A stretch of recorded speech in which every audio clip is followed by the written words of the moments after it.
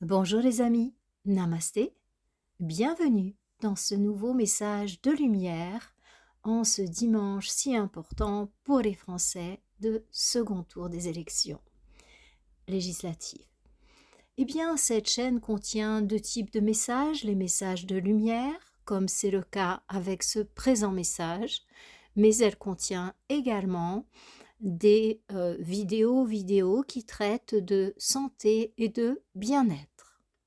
Si la vision, la lecture spirituelle de l'énergie des événements du moment vous intéresse, vous êtes très bienvenue sur ce canal.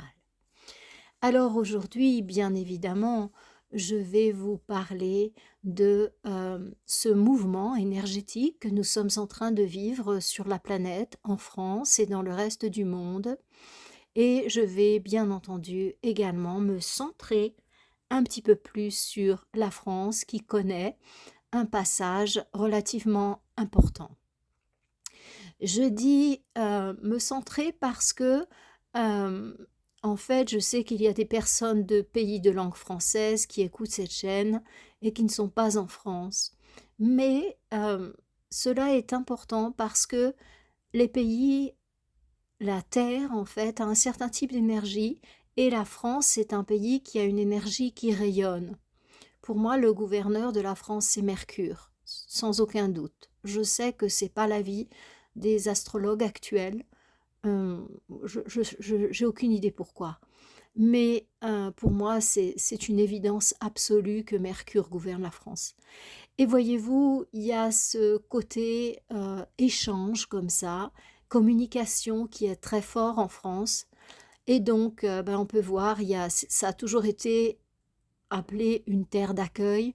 En fait, c'est une terre où, euh, oui, les portes sont ouvertes d'une certaine manière.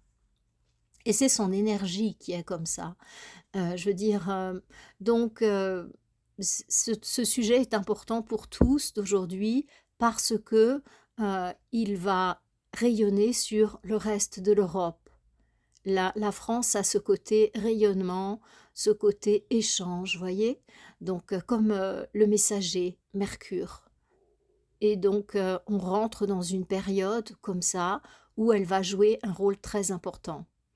Et ce n'est pas non plus un hasard s'il y a autant de pression qui a été mise sur la France, parce qu'elle a un rôle majeur à jouer dans le moment si vous voulez, dans les temps à venir. Hein. Donc, ce rayonnement, en fait, dans la mesure où il va imprégner les pays, le reste de l'Europe, hein, je parle d'Europe géographique, donc jusqu'à, on va dire, une partie de la Russie, eh bien, à partir de là, ce qui se joue en France est très important et capital. Et la France a subi des grosses pressions ces dernières années.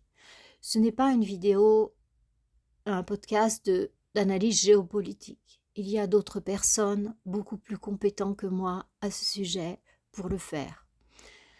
En ce qui me concerne, je vais rester dans une analyse, dans une lecture tout à fait spirituelle, en prenant de la hauteur et en essayant d'avoir une vision globale de ce qui se passe actuellement sur cette planète.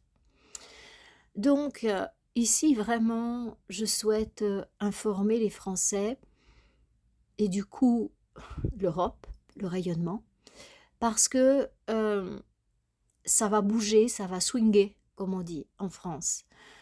Et je voudrais vous rappeler un petit peu l'histoire de la France. Alors, je ne suis pas une historienne, mais alors pas du tout.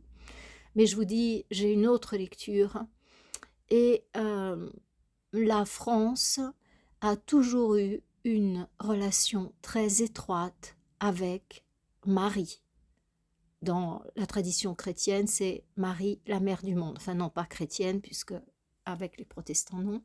Mais dans la religion catholique romaine, et pour la majorité des chrétiens, on va dire, Marie est la mère du monde. Donc, que vous l'appeliez Marie, pour les musulmans, que vous l'appeliez Fatima, pour les bouddhistes, que vous l'appeliez la Tara ou autre, pour les, pour les hindous, que vous l'appeliez Durga ou une autre déité féminine, Sarasvati, Lakshmi, Parvati. Ça n'a aucune importance. C'est la figure du féminin sacré. Et voyez-vous, mes amis, dans ce message, je veux vraiment vous dire à quel point Marie aime la France. Il y a une vraie relation entre Marie et la France. Ce pays a connu un nombre considérable d'apparitions mariales. Bien sûr, la plus connue, c'est Lourdes, mais il n'y a pas que Lourdes. Il y a eu énormément d'apparitions mariales en France, reconnues et non reconnues. Et n'oublions pas qu'il y a un point d'ancrage extrêmement important de l'énergie de Marie et des Maries, si vous connaissez la légende des Gitans, aux Saintes Maries de la Mer. Donc, avec cette fête si importante, le 15 août. Donc, ce que je veux vous dire, mes amis, c'est que ceux qui se tournent vers la mère du monde, moi je l'appelle Marie, voyez-vous, parce que j'ai grandi avec cette tradition catholique romaine. J'étais pas du tout dans une famille catholique romaine, puisque maman était une grande croyante et elle m'a transmis sa foi, mais papa était complètement athée. Et mon frère aussi. Donc, c'était moitié-moitié chez nous. Et je remercie la Divine Providence de m'avoir fait vivre ce contexte parce que ça me donne une tolérance totale par rapport aux croyances des gens. Puisque j'ai vécu dans une famille où papa était totalement athée, mon frère aussi, et maman et moi étions profondément croyantes. Donc, je remercie pour avoir eu cette ouverture de l'esprit et du cœur dès mon enfance, dès ma plus tendre enfance. Et chez nous, il y avait un respect total, en fait, bien que papa considérait vraiment les personnes croyantes comme l'opium du peuple, si vous voulez ce que je veux dire, donc comme des gens qui n'ont pas tout compris, qui ne sont pas très intelligents. Mais en revanche, il aimait tellement maman que maman, elle, peu importe à quoi elle croyait, c'était vraiment la meilleure des femmes du monde. Donc j'ai vécu dans cette tolérance, ce respect. Et ça m'a beaucoup imprimé. Je vous dis ça pour que ce message ne soit pas pris au premier niveau. Faites des neuvaines à Marie, priez Marie, vous serez protégés. C'est pas ça que je veux dire. C'est prier la mère du monde. Qu'elle soit Fatima, qu'elle soit Durga, qu'elle soit... C'est un personnage féminin qui a le pouvoir de vous protéger. C'est une manifestation de l'énergie. Voyez-vous, lorsque l'énergie se détache de la source, pardonnez-moi, je suis dans un corps physique et je vois les choses comme ça, en fait. Je vous dis des mots très humains. Donc, l'énergie se détache de la source qui est une, qui est unité. Elle n'est pas séparée, mais elle va aller vivre autre chose. Donc c'est une expression de la source qui va se détacher. Eh bien, à partir du moment où l'étincelle fait son voyage, elle se divise en deux. Dans la source, il y a le retour à l'unité. Le masculin, le féminin, le jour, la nuit, l'ombre et la lumière sont reconnectés. Mais à partir du moment où l'étincelle, si vous voulez, part pour faire son voyage, elle est divisée en deux. Et vous savez, c'est ce qu'on appelle maintenant la fameuse histoire aussi des flammes jumelles. Eh bien, elle va automatiquement, cette source, prendre un visage féminin et un visage masculin pour pouvoir vivre son expérience de manifestation. Et le masculin et le féminin n'ont pas la même fonction. Regardez dans votre famille, votre papa et votre maman. chacun a vraiment un rôle différent. Même si maintenant, c'est pas très à la mode de dire que le féminin est féminin et a vraiment ses particularités, et que le masculin est masculin et a ses particularités. Eh bien, force est de constater que la maman, c'est beaucoup plus de douceur, beaucoup plus de grâce, et le papa est plutôt dans le respect de l'autorité, la structure, et il va nous apporter un sens des valeurs, certes, différent de ce que votre mère vous apportera. Un enfant qui a fait une bêtise, il va plus facilement aller se réfugier dans les bras de maman que de devoir affronter le responsable de l'ordre dans la famille, si je peux me permettre cette lecture. C'est très traditionnel ce que je vous dis, mais c'est pour essayer d'imager dans le monde dans lequel nous vivons, avec notre propre carte du monde, c'est-à-dire nos valeurs, pourquoi je vous recommande de vous tourner vers la mère. Parce que vous allez recevoir une protection considérable. Et vraiment, pour tous ceux d'entre vous qui se tourneront vers Marie, pas de manière intellectuelle. Ah ouais, eh ben il faut se tourner vers Marie. Tiens ben, je vais me mettre à faire pour les chrétiens, c'est pour les catholiques, c'est un Ave Maria. Pour les musulmans, je ne sais pas ce que c'est. Pour pour les hindous, ça va être un mantra Om Dum Durgaye Namaha, Om Dum Durgaye Namaha, par exemple, et je ne sais pas dans les différentes traditions comment vous allez faire. Mais en tout cas, ça n'a pas d'importance comme vous appelez votre mère, parce qu'une mère, elle sait toujours quand son enfant l'appelle. Voyez, vous savez, il y a des tas d'histoires où une mère a senti que son enfant était en difficulté à l'autre bout du monde. Elle a senti une tension en elle, un désespoir. La mère physique, que vous le vouliez ou non, eh bien, notre mère nous a portés dans son ventre.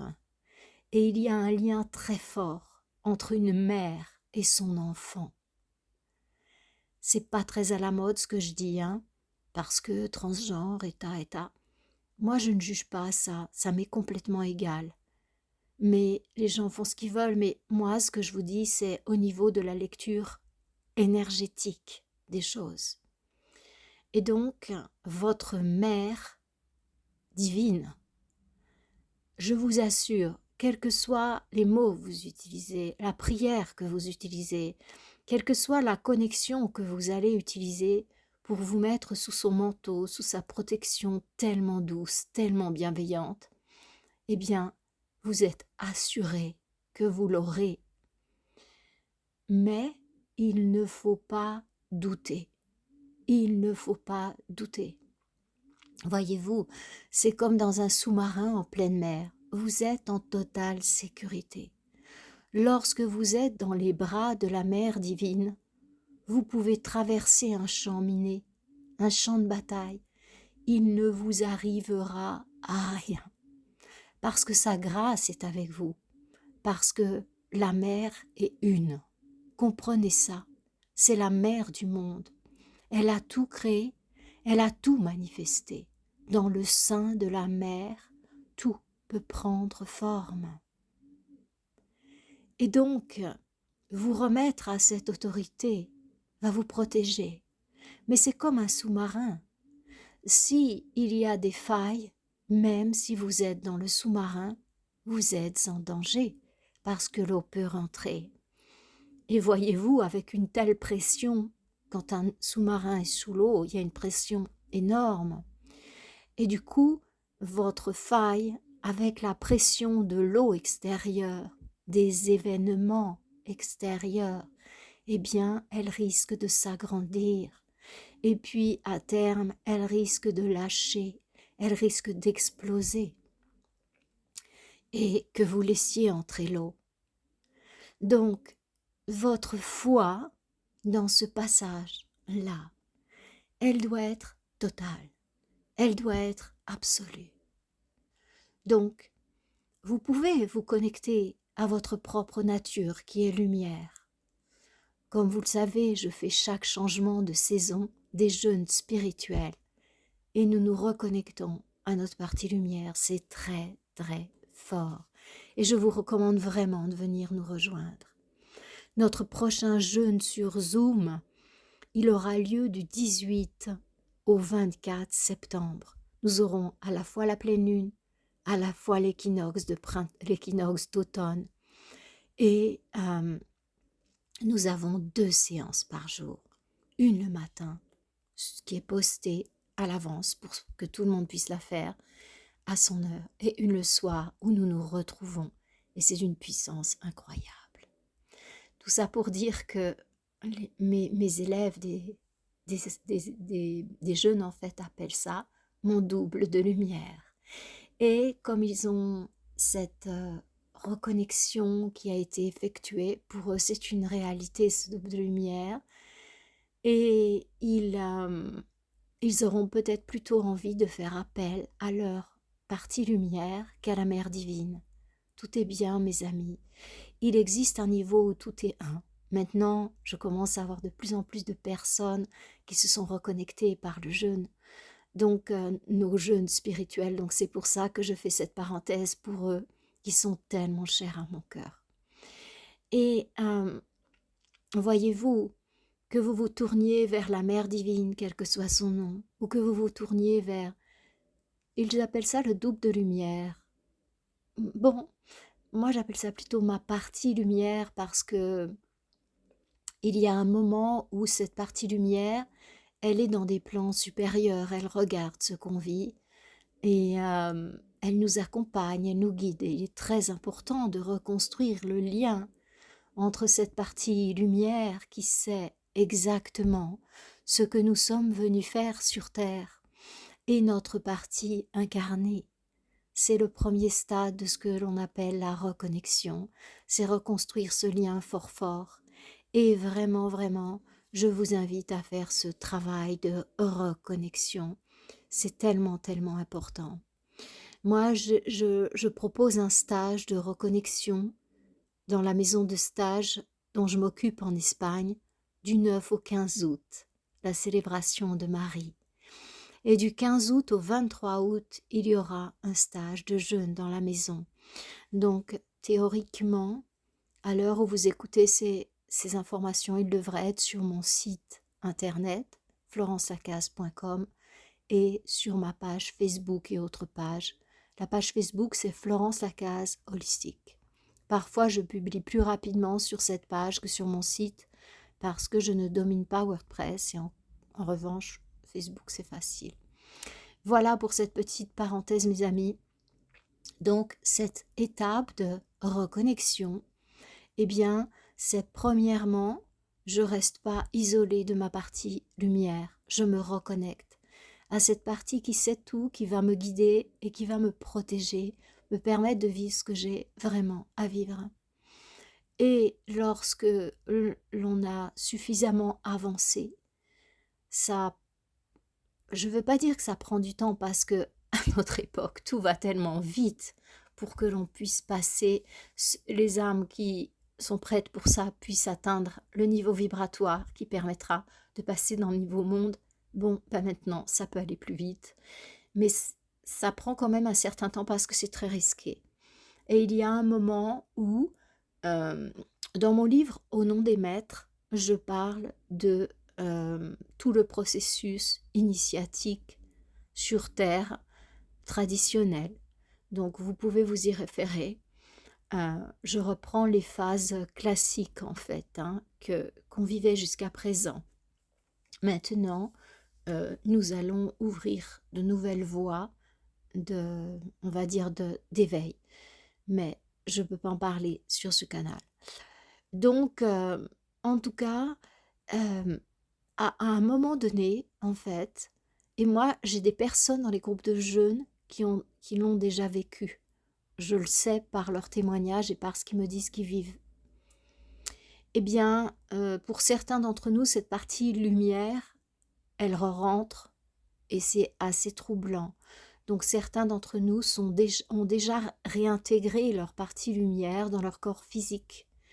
Et c'est une période ça se fait pas tout de suite parce que c'est très risqué.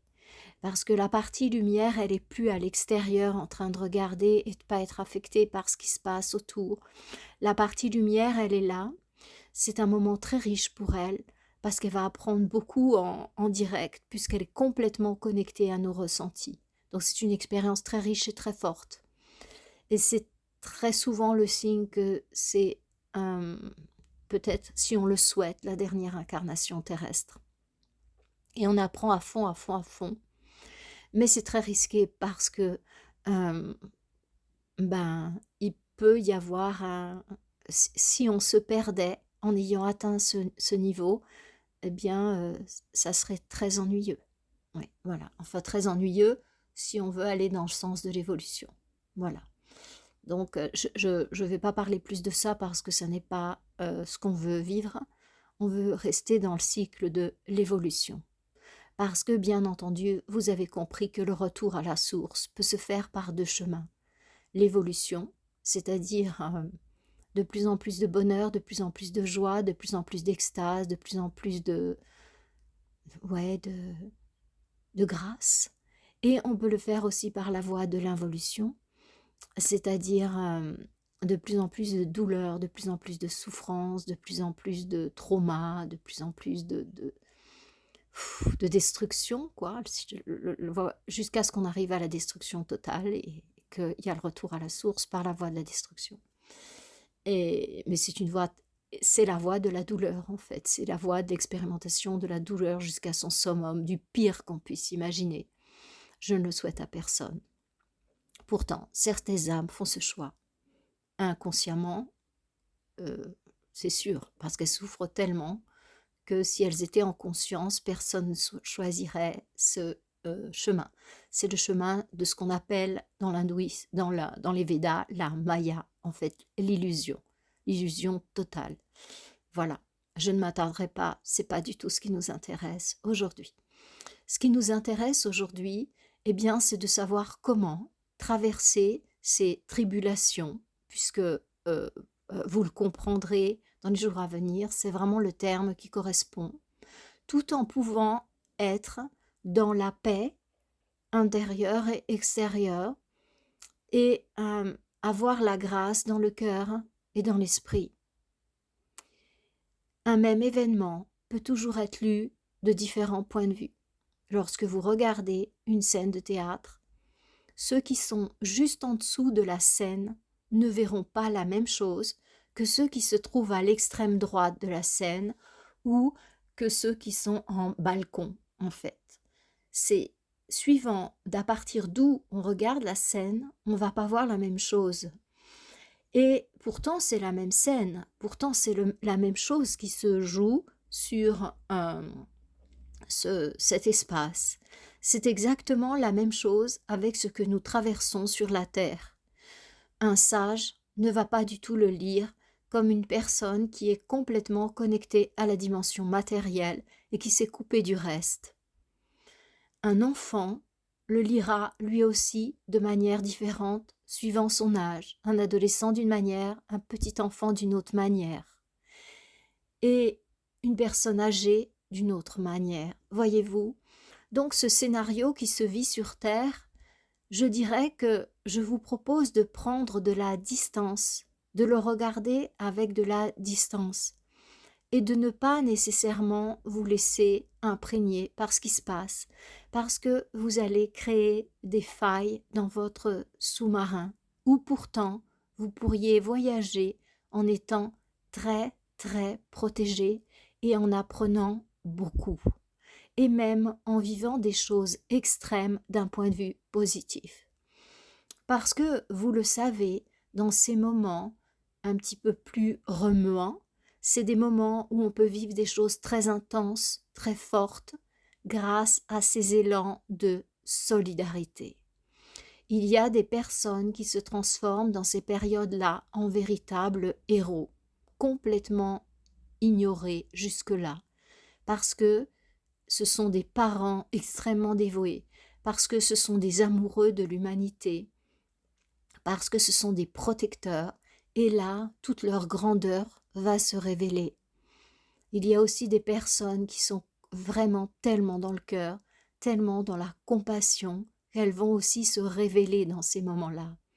Donc, je vous conseille, comme je vous le conseille tout le temps, de regarder le verre à moitié plein et pas à moitié vide. Alors, bien sûr que les personnes qui sont complètement connectées à ce qui se passe sur le plan matériel, qui ne savent pas qu'il y a autre chose, elles vont être dans la peur, elles vont être dans la panique, elles vont partir dans tous les sens. Mais parce que la majorité des êtres incarnés dans cet espace dont il est question, eh bien, sont dans cet état malheureusement de conscience, en particulier dans les pays occidentaux. Donc, bien sûr que ça va secouer. Mais je veux dire que, voyez-vous, quand vous égouttez quelque chose dans votre passoire, eh bien, vous secouez en fait un petit peu comme ça, vous le passez sous l'eau, puis vous secouez un peu pour que ça puisse se nettoyer. Voilà. Eh bien, dans un tamis, c'est exactement la même chose qui va se passer en fait. Ça va secouer, mais il y a le tamis qui protège et qui fait que ça sera très juste en fait, le nettoyage. Ce qui doit partir avec l'eau sombre partira avec l'eau sombre, et ce qui doit rester dans la passoire, euh, eh bien, restera dans la passoire ou dans le tamis, parce que c'est ce qui doit continuer son voyage, voyez-vous. Donc, restez complètement positif pour deux choses fondamentales. La première, c'est pour votre propre sécurité et celle de votre famille.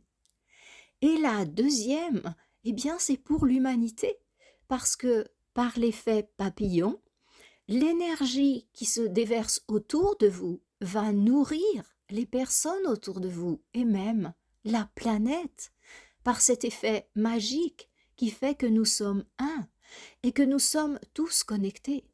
Alors, les amis, si vous avez pensé jusqu'ici que vous êtes des artisans de lumière, des serviteurs de lumière, eh bien, si vous êtes des artisans de lumière, des serviteurs de lumière, eh bien, c'est le moment plus que jamais de vous mettre en route pour déverser cette lumière en vous et autour de vous.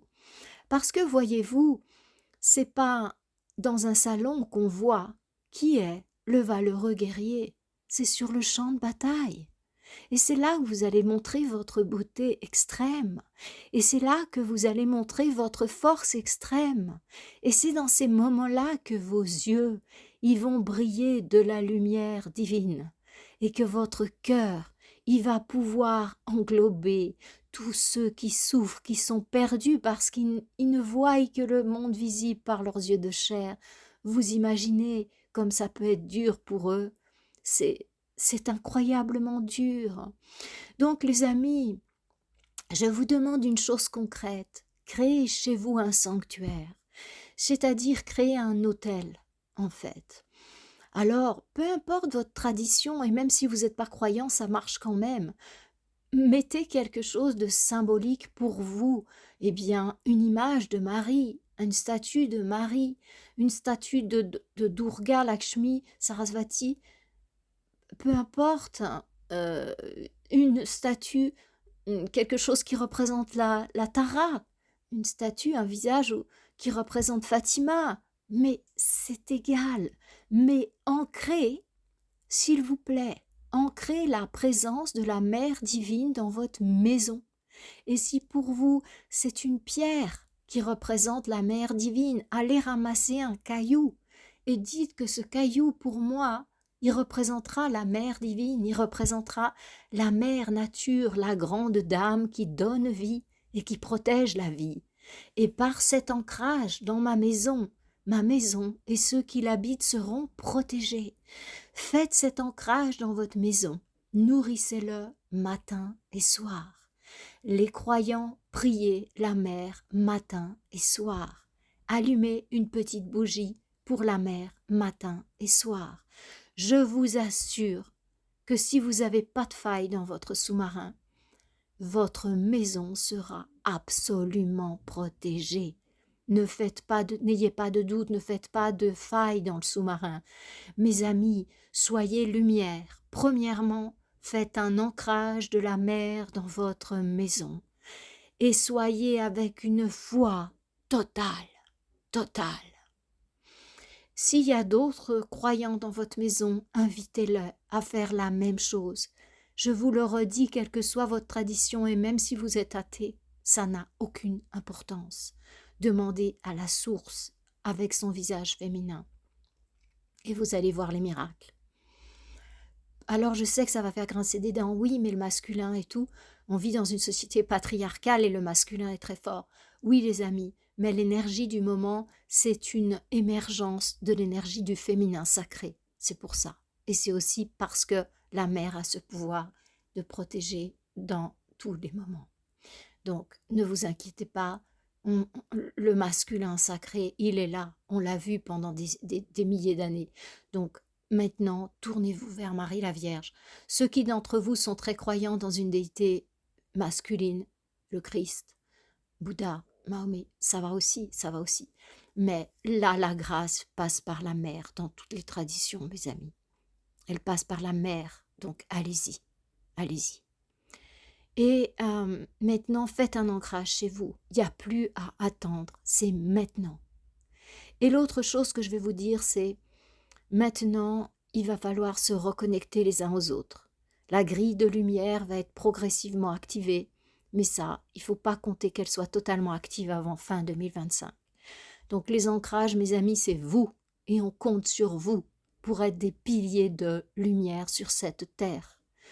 Alors, si vous pouvez vous regrouper dans votre village, eh bien, vous faites un petit regroupement de prière, vous faites un regroupement de méditation, vous faites un regroupement de chants sacrés, vous faites un regroupement où des âmes qui souhaitent voir la lumière s'implanter sur la terre sont là, présentes. Je vous demande de rester dans la bienveillance totale par rapport aux croyances à tous. Voyez-vous, je suis professeur de yoga. Maintenant, moins, parce que je fais surtout sur Zoom et mes retraites. Mais j'avais la chance d'être dans des salles parfois très grandes où je voyais les mains jointes et chanter ensemble Om.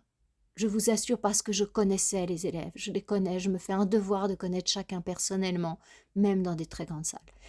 Et parce que ils viennent au cours jour après jour, mois après mois, année après année, donc au bout du compte, je les connais.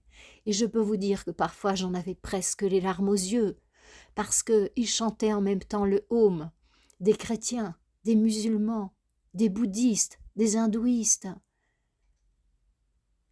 des juifs. Mon Dieu, mais c'est tellement beau, cette énergie ouverte. Vous voyez, dans l'hindouisme, il y a 500 dieux, hein. Alors un en plus ou un en moins, ça ne leur change pas la vie. Et c'est vrai que le yoga est imprégné de cette tradition hindouiste. Et c'est ça que je vous demande, les amis. Chantez ce que vous voulez, mais chantez ensemble. Et surtout, essayez d'avoir dans votre communauté des gens de différentes traditions. Mes amis chrétiens, ouvrez les bras à nos frères musulmans, à nos frères et sœurs juives, à nos frères et sœurs bouddhistes, à nos frères et sœurs hindouistes. Je vous en prie, ouvrez vos bras et ensemble créez vos communautés de chants, de prières, de méditation. C'est important que dans les groupes que vous allez créer, dans votre village, dans votre région, eh bien, il y a des gens de différentes traditions. C'est une base, parce que ensemble vous allez montrer ce que c'est l'amour, avec un grand A. Et c'est dans cet état d'esprit qu'ensemble, quelles que soient vos traditions, quelles que soient vos religions, vous allez être des vrais porteurs de lumière. Parce que voyez-vous, lorsque l'étincelle quitte la source, Eh ben, il n'y a pas écrit sur l'étincelle bouddhiste, il n'y a pas écrit sur l'étincelle chrétien, il n'y a pas écrit sur l'étincelle musulman, ainsi de suite. C'est une étincelle qui est pur amour, pure lumière, pure conscience. Et c'est ça qu'on vous demande d'être pour être des vrais supports pour l'humanité. Mes amis, je sais que vous qui êtes des fidèles sur cette chaîne, vous êtes des porteurs de lumière.